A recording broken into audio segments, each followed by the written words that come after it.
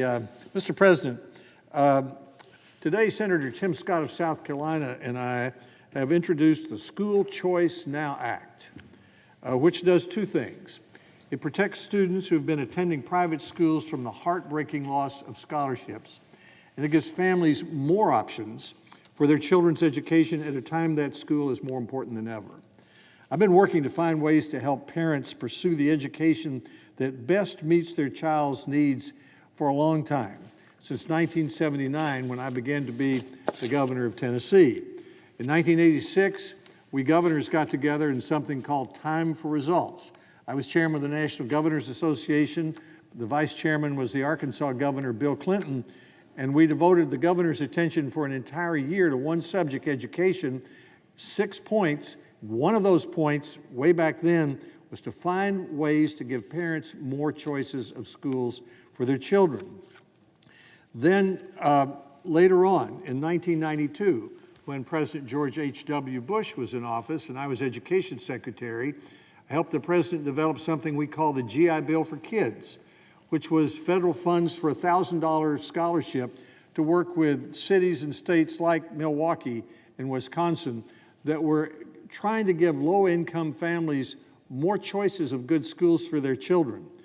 Then my last act as Education Secretary was to notice what they called Start from Scratch schools in Minnesota, created by the Democratic Farmer Labor Party. There were about a dozen of them, as I remember. And I wrote every school district in the country and asked them to start one of these Start from Scratch schools, which were the forerunner of today's public charter schools. Today we have 7,500 public charter schools.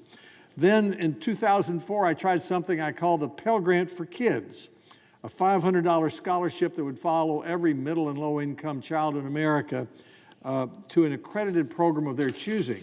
Some people said, wait a minute, you can't call the Pell Grant a voucher. I said, that's precisely what the Pell Grant is. The Pell Grant is a voucher that a college student can take to any accredited college, public, private, or religious. Why can't we do that for our elementary and secondary schools? In 2005, we had a hurricane named Katrina, creating devastation on the Gulf Coast. And Senator Ted Kennedy and I and Senator Landrieu and others worked together to provide $1.2 billion federal dollars in one-time emergency assistance for the 2005-06 school year, so students enrolled in public or non-public schools, children who were displaced by the hurricane could enroll in public or private schools while their families recovered. They got scholarships of up to $6,000. And more recently, I suggested a Scholarship for Kids Act. I said, why don't we give a state like Tennessee, Ohio, North Dakota the opportunity to take most of the federal dollars and turn them into scholarships for half the lowest income students in their state. That scholarship would amount to $2,100 if we just took the existing money we had and spent it that way. So that's a strategy that we followed in this country for many, many years, ever since 1944 with the GI Bill for Veterans. We'll remember what that was. The veterans came home and a grateful nation gave them a scholarship and said, take it anywhere you want, to any college or accredited school. Take it to Notre Dame, take it to Yeshiva, take it to historically black college, take it to Ohio State, take it to Tennessee, take it to the Presbyterian school. And they've done that. And the GI Bill may be one of the most certainly successful pieces of legislation ever enacted. Last year, there were over $28 billion in federal Pell Grants and more than $91 billion in federal loans that followed students to public and private colleges of their choice. Now, the federal government also provides vouchers to help pay for child care. The Child Care Development Block Grant was negotiated by John Sununu when he was Chief of Staff for H.W. Bush in 1990. And what that does is basically give money to states, and states then give vouchers, just like Pell Grants for college, but they give them to working moms, and they can go pick the child care center that is best for their child. The federal government in 2019 provided $8.7 billion, states another $1.2 to provide vouchers to 1.3 million children. So I think you can see where I'm going with this. It is that the idea of giving parents choices to schools is not a new idea. We've done it in colleges since 1944. We do it with childcare. We do it in community colleges. Why not do it for elementary and secondary education? Why not give low-income families more of the same choices of good schools that wealthy families have? Now, during COVID-19, children in all K through 12 schools have been affected by the disease. There are 100,000 public schools across our country serving 50 million students. There are another 35,000 private schools serving 5 million students. Many of those schools, public and private, are choosing not to reopen in person this fall. Many schools are failing to provide high-quality distance learning. The students who will suffer the most from this are the low-income children, the children from families where both parents work away from home every day, or where the only parent works away from home every day. Children with no internet, families who can't afford to put a child in a private school if the public school is not open.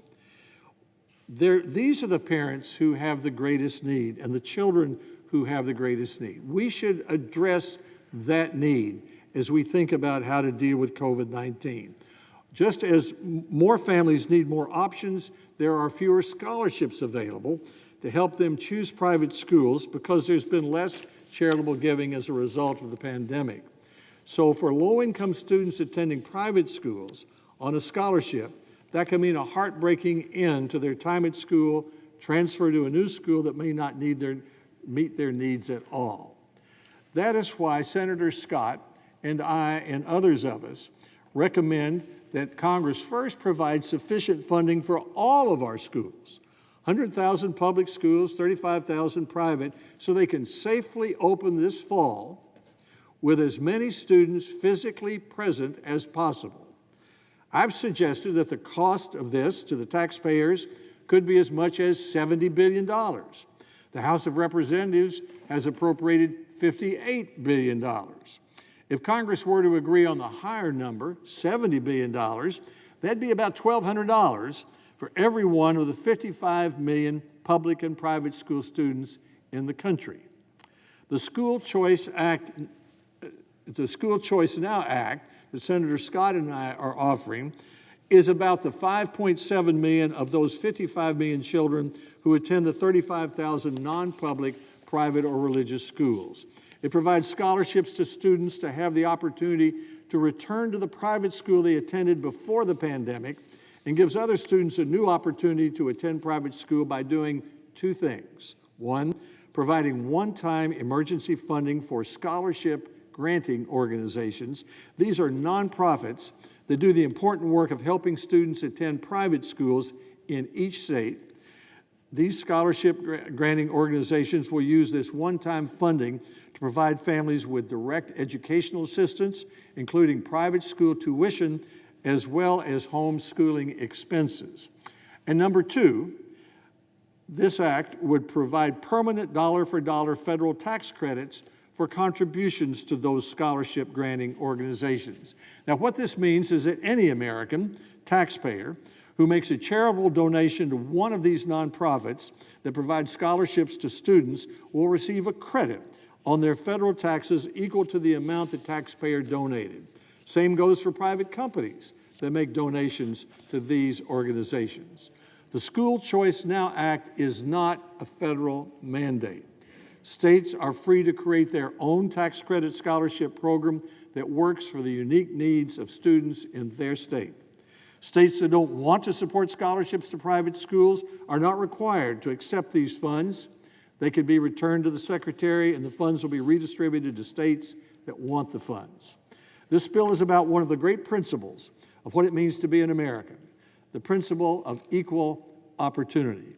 For me, equal opportunity means creating an environment in which the largest number of people can begin at the starting line. When everyone is at the starting line in America, anything is possible. giving children more opportunity to attend a better school is the real answer to inequality in America. I thank the President. I yield the floor.